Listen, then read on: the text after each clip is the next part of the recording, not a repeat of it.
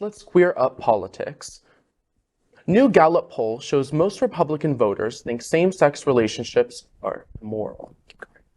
After a year of relentless attacks on the LGBTQ+ community, a majority of Republican voters now believe that same-sex relationships are immoral.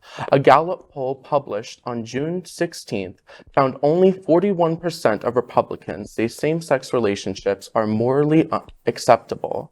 The number marks a drop of 15 percentage points from 2022, when 56% of Republicans thought that same-sex relationships were morally acceptable.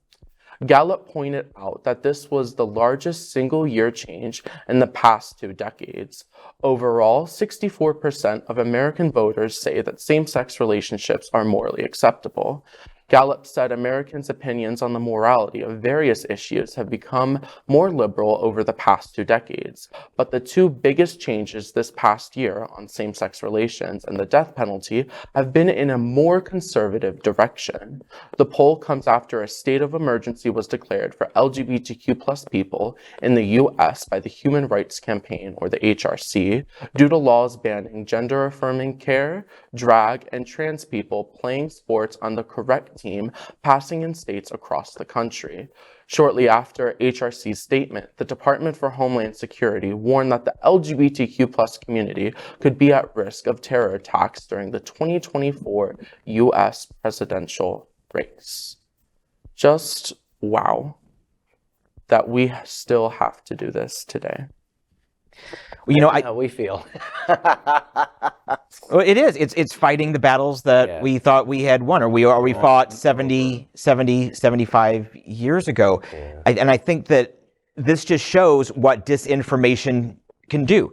You know, you villainize apparently even an accepted community, and people will start to turn against them. And we don't discuss Democrat numbers, but I wouldn't be surprised if Democrats and independents have had a few points shaved off just through a hateful disinformation campaign. Perhaps not to the same sheer drop off a cliff level that we saw with Republicans, but I would bet you anything that this poll would find that we're losing support across the board because of lies. Well, and I continue to run into LGBT+ people, including one of my neighbors who I had an argument with, and I really go out of my way not to have any disagreements with my neighbors.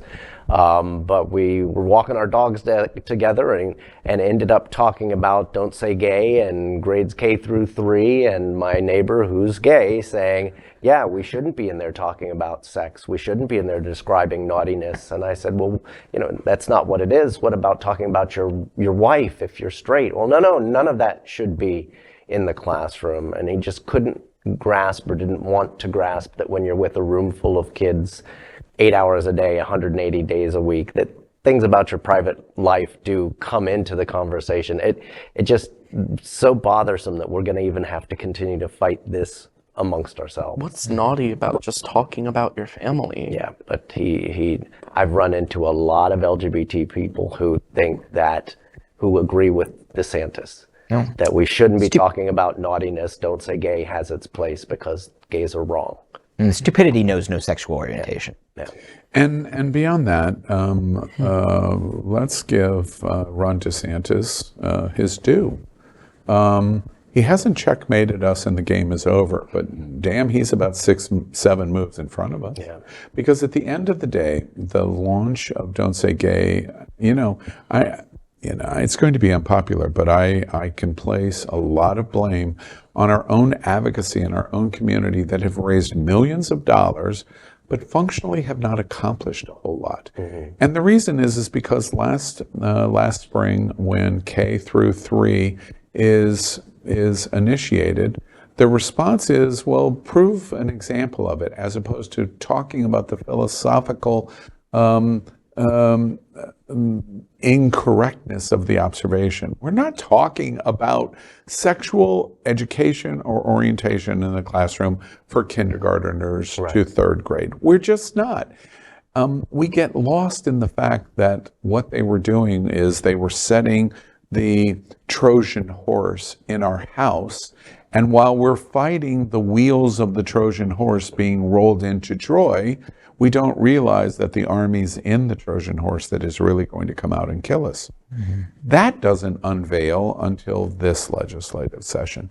So at the end of the day, Safe Schools goes to Disney Gates to try to re-educate Disney's position of the former chairman, and was successful, thank goodness, and resigns, and Iger comes back.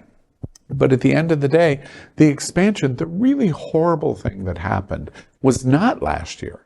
It was this year. Yeah. It's because the Trojan horse was in Troy, and it opens in the middle of the night, and the army World unveils. record of anti-LGBTQ+ And bills. that's where it comes. There it is, exactly. And the world record of anti-LGBT bills come out. The LGBT that goes, I agree, we shouldn't have any sexual conversations in K through 3.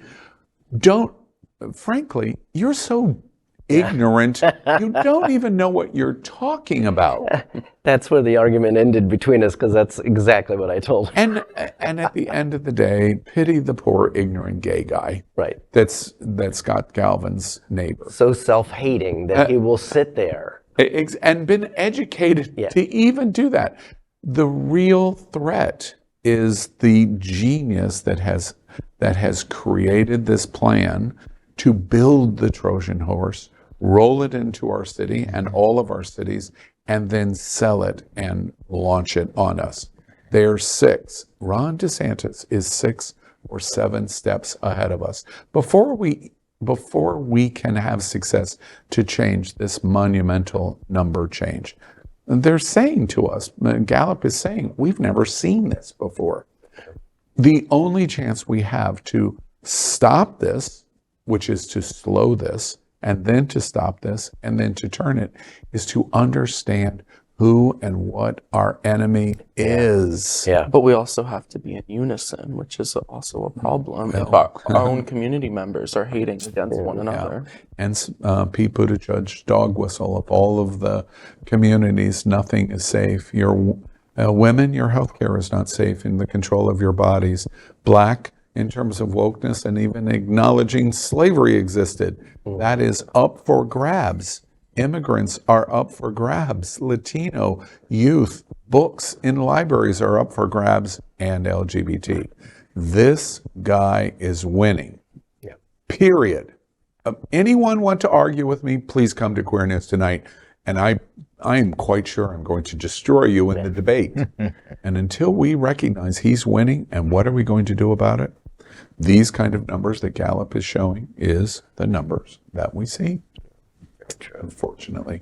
Your challenge is just beyond. Again, I express all respect to Safe Schools mission, to PRISM, all respect, because it is a David and a Goliath battle that's going on. It is. We're up to it, though. We are Queer News Tonight, the world's first and only live daily LGBTQ+ evening news show from Happening Out Television Network. In the model of PBS and NPR, we educate, inform, and entertain by supporting the 10 pillars of the LGBTQ+ community, with more than 100,000 a week watching on Roku, Apple Television, and other channels. To keep the stories going, we accept donations with 100% transparency. Stay updated and live authentically with Queer News Tonight.